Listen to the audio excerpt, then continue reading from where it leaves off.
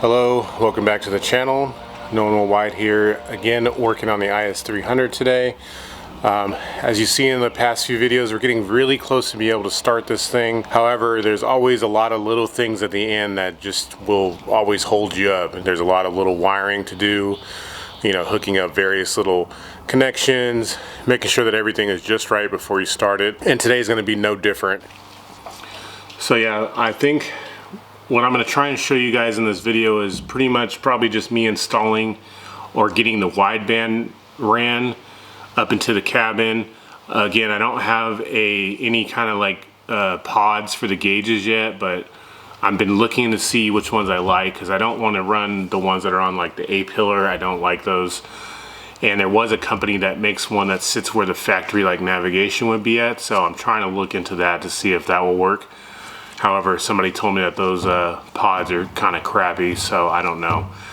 And obviously I don't have a 3D printer, otherwise I would try to do that myself. If anyone knows how to 3D print, then by all means let me know. Maybe we can try to work something out. But as of now, I'm just going to run the gauges and the wiring just into the car, and I'll probably try and just hook them up just to make sure that they work. I don't think there should be any major problems I foresee, other than just, you know, just trying to get the wiring tucked up nicely, because I don't want any of it just hanging around. But the first thing I think I'm going to need to do is get the battery off, because the wideband, I believe, is going to run into the passenger side grommet, where there is some wiring there that's just underneath the battery. I'm going to run it into that area. And then the boost gauge line, I think I'm going to run on the driver's side.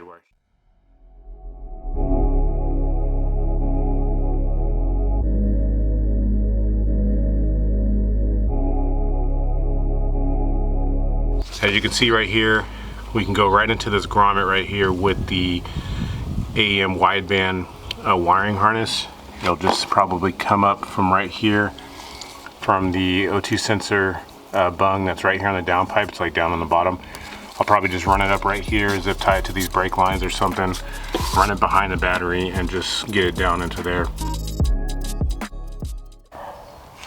Alright, I got the wideband installed. I just went on ahead and ran the cable kind of up this way, away from the turbo and away from the manifold, so it's going to come up kind of near the compressor housing area. But yep, that's installed now. Pretty straightforward. Just get yourself a 22 millimeter, tighten it up. Probably really can't see it, but I did just run it up through this here gap that's right here. The connector is actually just sitting right here, just right there on the side. Kind of zip tied up, out of the way. It's just right there. As I said earlier, all you need to do is just connect it and then run it whichever direction you want to run it down into the battery area down here. You can see I got all the extra slack here.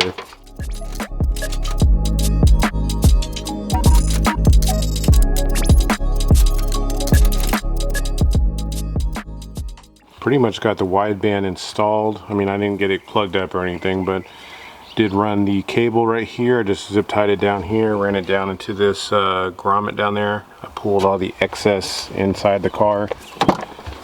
So you have it there just laying on the ground.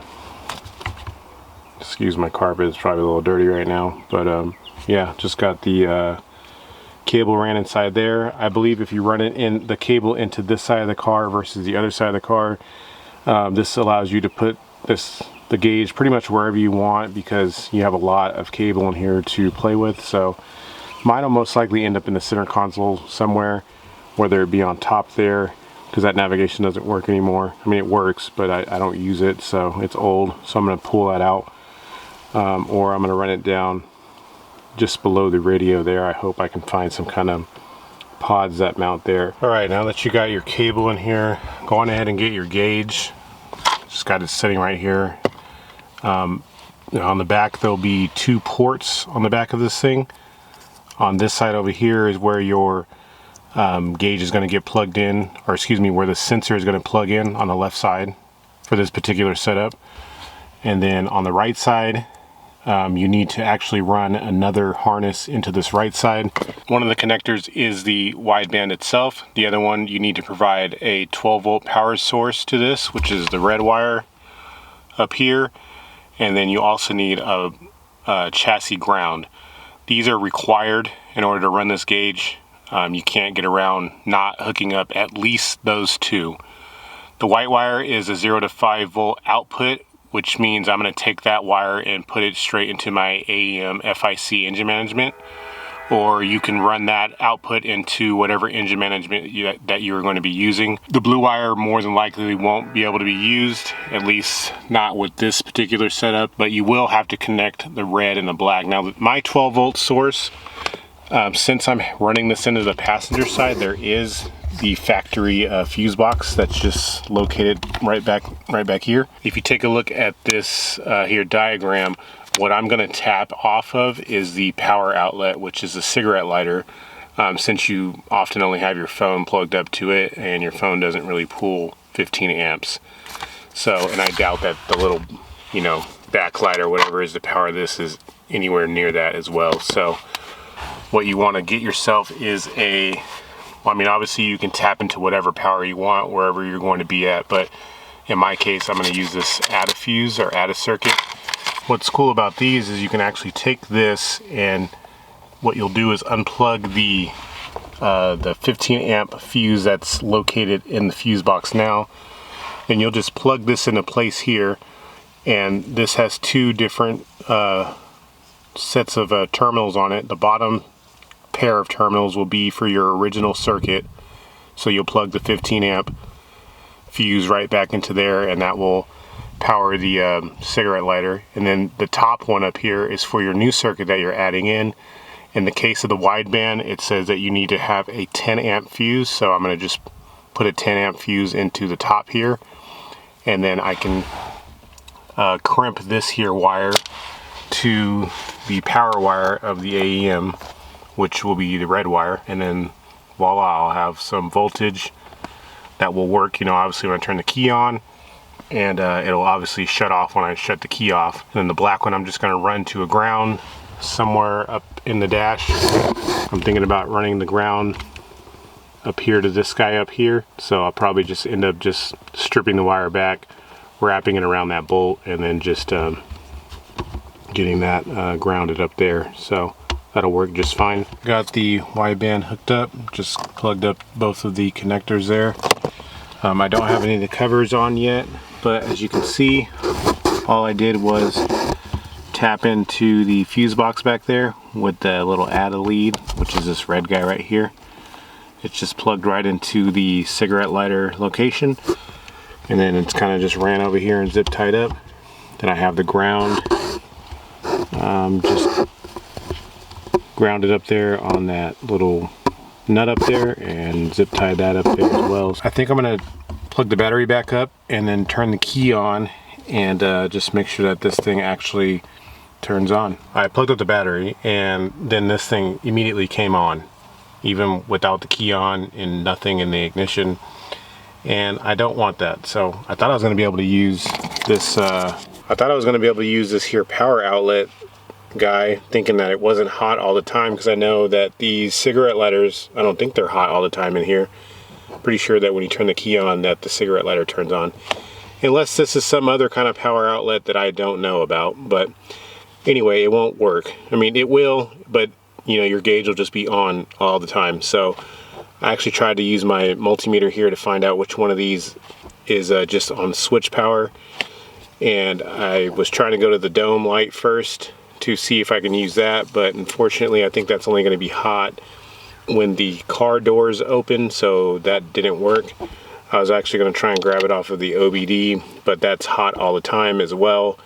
So what I ended up doing, and it's probably not the best solution for now, but it'll work for now because often I don't have people riding in the back of this car anyway, is I tapped into the rear power window circuit. So all I did was just I moved my little you know, add a circuit deal. I just moved it from where it was, which was over here, and I just moved it right to where you see it now.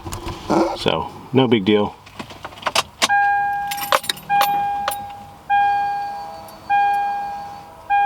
Sweet, turn right on.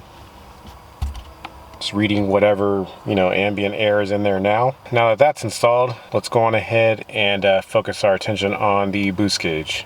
All right, so as I mentioned earlier, I'm gonna be running my boost gauge off of this here port that's in the front of the manifold. You could tee off this one again if you want, but I don't like to tee, you know, make too many tees off the same reference. I don't know, it probably doesn't matter, but I feel like I want the most pure, you know, source I can get without anything attached to it. There's also a port back here in the back that you could use as well. That's a little bit closer, but I am going to be running it down into the firewall into this side, just like I did the wideband on the other side.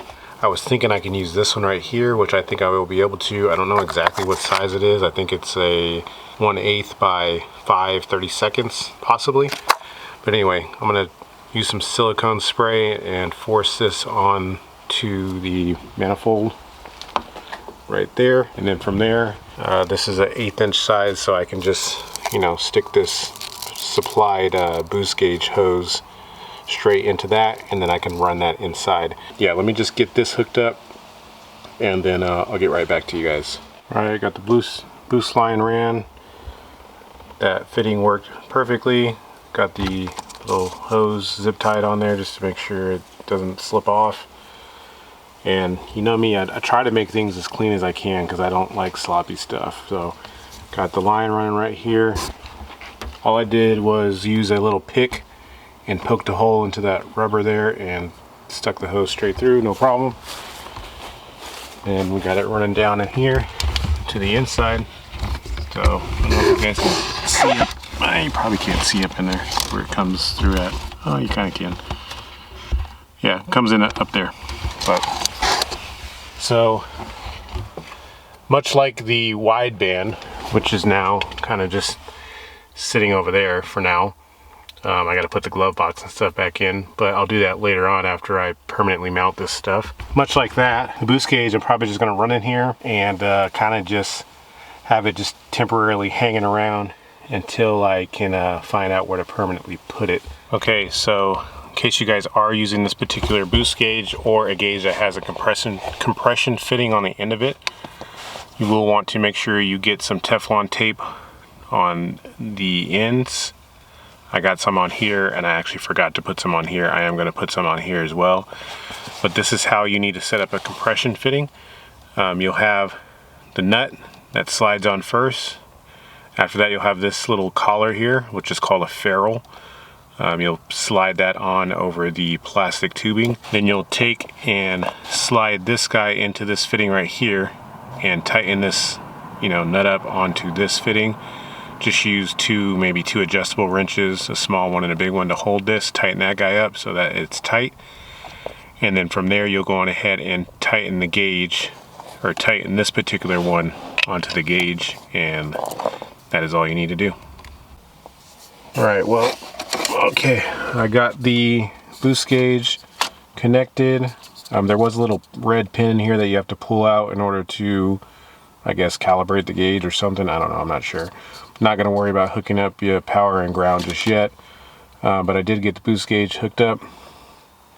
And as I said earlier, this will just kind of just be in here for me to monitor boost while I'm trying to tune the car or drive the car, just temporarily until I find a set of gauge pods that I like, that I can place these into. Right, so that's pretty much going to be it for this video, guys. Today we just got the wideband installed and the boost gauge installed. Just going along with all the little stuff that we need to do just to get this thing ready to start up for the first time. I promise next video we will be starting this car and just trying to see how it runs and make sure there's no leaks in any of that. So please just stay tuned for that. I appreciate you guys watching the video so far, and to everyone who's writing comments and stuff and you know, with the encouraging words, I appreciate you guys. You guys are the best. So continue to stay tuned, and I'll catch you guys on the next video. Peace.